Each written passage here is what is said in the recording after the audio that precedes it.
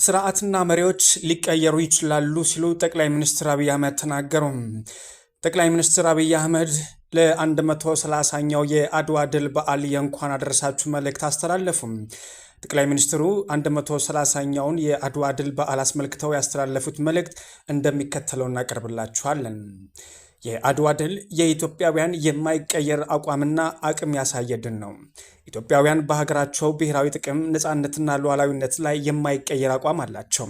ይህንን አቋማቸው በጽኑ መሰረት ላይ ለመትከል ደግሞ ሁሉንም አቅማቸው ይጠቀማሉ። ስርዓትና መሪዎች ሊቀየሩ ይችላሉ። በአንዳንድ ጉዳዮች ልዩነቶች ይኖራቸው ይሆናል። ስለ ሀገራቸው ያላቸው አቋምና ለሀገራቸው የሚያወጡት አቋም ግን አይቀየርም። ወደ አድዋ የዘመቱ ጀግኖች ሁሉም በሁሉም ነገር የተስማሙ አይደሉም። አንድ ዓላማ ነበራቸው እንጂ አንድ አይነት አልነበሩም። አንድ ሀገር ነበራቸው እንጂ አንድ ባህልና እምነት አልነበራቸውም። በዛ ጊዜ ሀገራቸው ከተው ከጠላት ጋር ያበሩ ባንዳዎች ነበሩ። ለጊዜው ጥቅም ሲሉም ዘላቂ የሀገራቸውን ጥቅም የሸጡ ምንደኞችም ነበሩ። ከባዳ ጋር ወግነው ወገናቸውን ያሰመሙም የበደሉም ደላሎችም ነበሩ።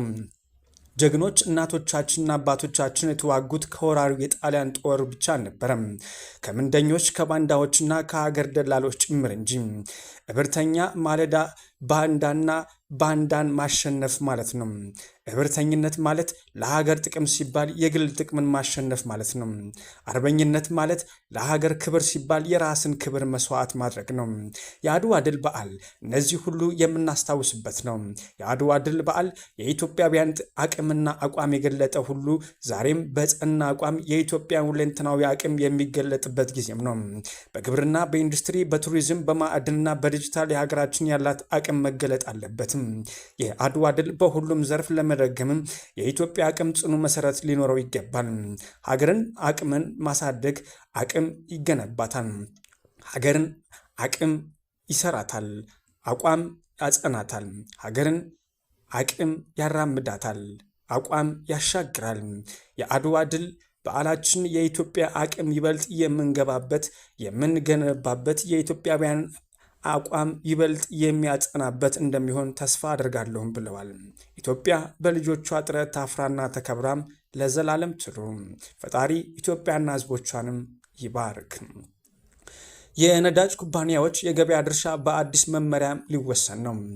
የነዳጅና ኤነርጂ ባለስልጣን በነዳጅ አቅርቦትና ስርጭት ላይ የሚታዩ ስር የሰደዱ ችግሮችን ለመፍታት የኩባንያዎችን የገበያ ድርሻ በአዲስ አሰራር ለመወሰን ማቀዱን አስታውቋል። እስካሁን የነበረው አሰራር ኩባንያዎች በጅቡቲ የሚጭኑት የነዳጅ መጠን በጥቅል እንዲወስኑና ስርጭቱን በራሳቸው ፍላጎት እንዲመሩ የሚፈቅድ በመሆኑም ለሕገ ወጥነትና ለፍትሐዊ ያልሆነ ስርጭት በር ከፍቶ መቆየቱን በጥናቱ ተረጋግጧል። በተለይም ኩባንያዎች ለራሳቸው ማደያዎች ቅድሚያ መስጠታቸውና ባለማደያዎች ገንዘብ ከፍለው ለወራት ነዳጅ የማይጫንላቸው መሆኑን ለአቅርቦት መስተጓጎል በምክንያትነት መለየቱን አሳውቋል። ይህንን ችግር ለመቅረፍ የወጣው አዲሱ የገበያ ድርሻ ድልድል ኩባንያዎች ባላቸው ተጨባጭ አቅም ላይ ተመስርቶ እንደሚከናወን ባለስልጣኑ ጠቁሟል። በዚህም መሰረት የገበያ ድርሻው 40 በመቶ በማደያዎቻቸው ብዛት፣ 40 በመቶ በመቅጫ ማሽን ቁጥራቸው፣ እንደዚሁም ቀሪው 20 በመቶ በታንከር የመያዝ አቅማቸው ላይ ተመስርቶ እንዲደለደልም ተወስኗል። ከዚህ በተጨማሪም ለልማት ፕሮጀክቶች የሚቀርበው ነዳጅ ለብቻው ተለይቶ በቀጥታ እንዲቀርብ የሚደረግም ሲሆን ኩባንያዎችና የኢትዮጵያ ነዳጅ አቅራቢ ድርጅት የአንድ ወር የጭነት ፕሮግራም በጋራ ለመውጣትን ወደ ጅቡቲ የሚገቡ ቦቴዎች በስርዓት ለመምራት የሚያስችል አሰራር መዘጋጀቱን አስረድቷል።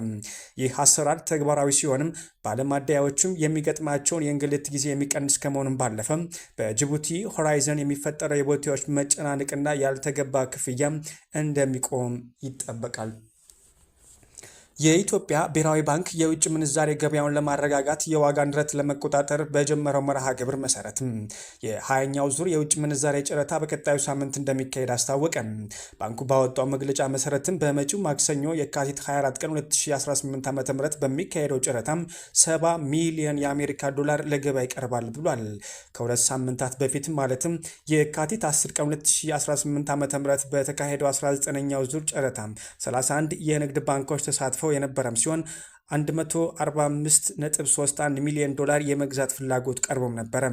ባንኩ የቀረበውን 70 ሚሊዮን ዶላር ሙሉ በሙሉ ያከፋፈለም ሲሆን አማካይ ዶላር መሸጫ ዋጋም 155.12 ብር ሆኖ መመዝገቡም የሚታወስ ነው።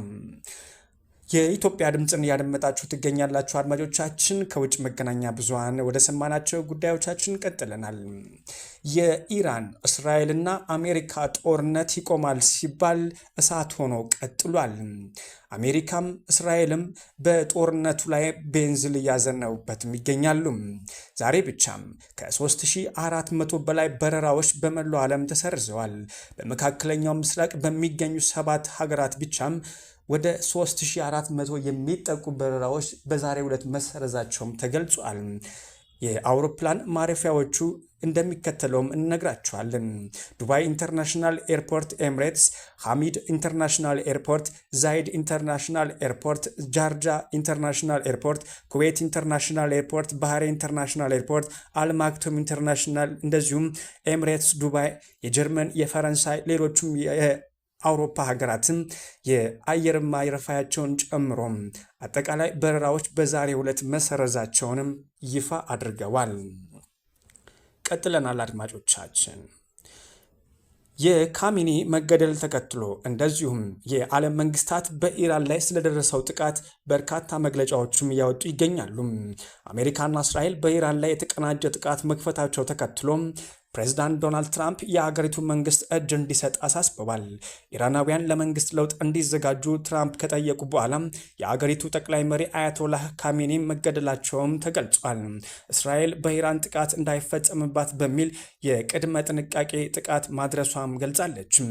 የኢራን እስላማዊ አብዮታዊ ዘብ በመካከለኛው ምስራቅ የሚገኙ የአሜሪካ ጦር ሰፈሮች ላይ የአጸፋ እርምጃም እንደሚወስድ አስጠንቅቋል። ኢራንና አሜሪካ ለሳምንታት ድርድር ሲያደርጉም ቆይተው ነበረ።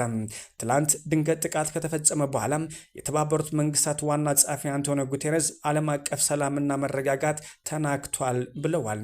አሜሪካና እስራኤል ያደረሱት ጥቃት እንደዚሁም የኢራን የአጸፋ ምላሽ ቀጠናውን እንዳወከው ገልጸው ወደ ተባባሰ ቀጠናዊ ግጭት ከመገባቱና ንጹሐን ከመጎዳታቸው በፊት በአፋጣኝ ግጭቱ መቆም አለበት በማለትም አሳስበዋል። ተመድ በኒውዮርክ ባካሄደው አስቸኳይ ጉባኤ ላይም በድርጅቱ የአሜሪካ አምባሳደር የሆኑት ማይክ ዋልክ ጥቃቱ ስትራቴጂካዊ ቦታዎች ብቻ ኢላማ ያደረገ ነው ብለዋል። ግባችን የሚሳኤል ግንባታን ማስቆም ነው። በዓለም አቀፉ የውሃ አካል ዙሪያ ያሉ ሀገራት እንዳይረበሹም፣ ኢራንን የሚደግፉ ታጣቂዎች እንዲወገዱና አገሪቱ የኒውክሌር መሳሪያ እንድትታጠቅ እንፈልጋለን ሲሉም ተናግረዋል። በተመድ የእስራኤል አምባሳደር ዳኒ ዳሮን በበኩላቸው እንደተናገሩትም እስራኤልና አሜሪካ በመተባበር በእስራኤል በአጋሮቻችን እንደዚሁም በዓለም ደህንነት ላይ የተቃጣውን ስጋት ለመቀልበስ እየሰሩ ነው ብለዋል። አንድ መንግስት ሞተ፣ ለእስራኤልና ሞት ለአሜሪካ ሞት ሲል አንድ ቀልድ አንወስዶም በማለትም በጉባኤው ላይ ተናግረዋል። የኢራን አጋር ሩሲያ ጥቃቱን አውግዛለች። የተመድ የሩሲያ አምባሳደር ቫስሊ ናብዛሲ ኢራን ላይ የተፈጸመው ጥቃት መላው ቀጠናውን የሚያናውጥም ሲሉ ኮንነውታል። ከዚህ ቀደም ዓለም አቀፍ ማህበረሰብ የመካከለኛው ምስራቅ ሰላምና መረጋጋት የሚያውክ ድርጊትን እንዲቆጣጠር ስትል ሞስኮ ጥሪ አቅርባለች። ባለፉት ሳምንታት ኢራንና አሜሪካን ሲያደራድሩ ከነበሩት መካከል አንዱ የሆኑት የኦማን የውጭ ጉዳይ ሚኒስትር ባድር አልቡአሴዲ ጥቃቱ ከተፈጸመ በኋላ በጣም ደንግጫለሁ ሲሉም በኤክስ ገጻቸው ጽፈዋል። ሚኒስትሩ የኢራንና አሜሪካ ንግግር ጉልህ መሻሻል መታየቱ በገለጹ በሰዓታት ውስጥ ነው ጥቃቱ የተፈጸመው። ሚኒስትሩ የሰላም ስምምነት ለመድረስ ተቃርበናል፣ እዚያ ነጥብ ላይ ለመድረስ ለዲፕሎማሲ እድል መስጠት አለብን ሲሉም ለቢቢሲ አሜሪካ አጋር ለሆነው ሲቢኤስ ተናግረዋል። ጥቃቱ ከተፈጸመ በኋላ ደግሞ ጥሩ እየሄደ የነበረው ድርድር ከስሟል። በዚህ ጥቃት አሜሪካም ዓለምም አይጠቅምም፣ በጥቃቱ ለሚጎዱ ንጹሐን እንጸልይ ሲሉም ተደምጠዋል። አሜሪካ ከዚህ በላይ በጥቃቱ መቀጠል የለባትም፣ ጦርነቱ የአሜሪካ አይደለም ብለዋል። የኢራን የውጭ ጉዳይ ሚኒስትር አባስ አራግቺ አሜሪካና እስራኤል ማንም ሳይነካቸው ትንኮሳ ፈጽመዋል በማለት ጥቃቱን አውግዘዋል። ህገወጥ ሲሉ ጥቃቱን የኮነኑ ሚኒስትሩን በኤክስ ገጻቸው ባሰፈሩት ጽሑፍም ትራምፕ ቅድሚያ ለአሜሪካ ከሚለው ፖሊሲ ወደ ቅድሚያ ለእስራኤል ተሸጋግረዋል፣ ስለዚህ አሜሪካ የመጨረሻ ምርጫቸው ናት ብለዋል። ኢራን በመካከላቸው ምስራቅ ባሉ የአሜሪካና አጋሮች ጦር መቀመጫዎች ላይ የአጸፋ ምላሽ እየሰነዘረችም ትገኛለች። ጥቃት ከተሰነዘረባቸው መካከልም ዱባይ፣ ዶሃ፣ ባህሬንና ኩዌት ይገኙበታል። ሳውዲ አረቢያ የኢራን ከፍተኛ የነውጥ ጥቃቶች ናቸውም ስትል አውግዛለች። ሳውዲ ባወጣችው መግለጫ ከወንድም አገሮች ጎን እንቆማለን፣ የሚወስዱት እርምጃም ባለን አቅም ሁሉ እንደግፋለን፣ ወደፊትም እንቀጥላለን ብለዋል።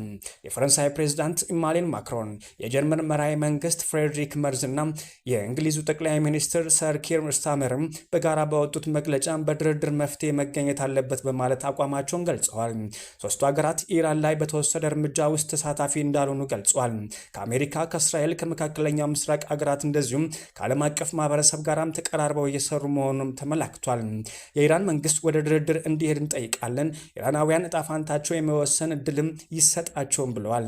ጠቅላይ ሚኒስትር ስታርመር በመካከለኛው ምስራቅ ያሉ የዩኬ ፍላጎቶችና አጋሮችን ለመጠበቅና ለማስጠበቅ የእንግሊዝ አውሮፕላኖች ተሰማርተዋልም ብለዋል። ማክሮን በበኩላቸው አሁን ያለው ሁኔታ መላው ቀጠናውን የሚያሰጋ ነው ሲሉም ተናግረዋል። ፈረንሳይ የቅርብ አጋሮቿን ለመጠበቅ አስፈላጊውን ኃይል እንደምታሰማራም አሳውቃለች። የተባበሩት መንግስታት የሰብአዊ መብት ዋና ጸሐፊ ቮልከር ተርክም ሁሉም ወገኖች ምክንያታዊ የሆኑ ግጭት አቁመው ወደ ድርድር ይመለሱም ብለዋል። ሁሌም ቢሆን በወታደራዊ ግጭት የሚወገዱትና ዋጋ የሚከፍሉት ንጹሐን ናቸው። ንጹሐንን መጠበቅና በዓለም አቀፍ ሕግ ቅድሚያ ይሰጠዋል ሲሉም አሳስበዋል። ኢራን የኒውክሌር ጦር መሳሪያ እንድትታጠቅ እንደማይፈቅዱ እስራኤልና አሜሪካ አሁንም ተደጋጋሚ ምላሽ እየሰጡ ይገኛሉ። እኛ ስንጨርስ መንግስታችሁን አቋቁሙ፣ መንግስታችሁን ለመቀየር በዚህ ትውልድ አንዴ ብቻ የሚመጣ እድል ነው ያላችሁም ሲሉ ለኢራናውያን መልእክታቸውንም አስተላልፈዋል። የእስራኤል ጠቅላይ ሚኒስትር ቤንያሚን ኔታንያሁ በተመሳሳይ ኢራናውያን አምባገነን መንግስት አውርደው ሰላማዊ ኢራን እንዲገነቡ መልእክት አስተላልፈዋል። ጥምር እርምጃችን ጀግና ኢራናውያን የሀገራቸውን የወደፊት ዕጣ ፈንታ እንዲወስኑ ይረዳል ሲሉም መልእክታቸውን አስተላልፈዋል። ሰላም ለዓለማችን፣ ሰላም ለኢትዮጵያችን። ውድ አድማጮቻችን የኢትዮጵያ ድምፅ ለየካቲት 22 ቀን 2018 ዓ.ም ያዘጋጀው ዜና ይህን ይመስላል። አብራችሁን ስለነበራችሁ ከልብ እናመሰግናለን። ሰላምን ተመኘን።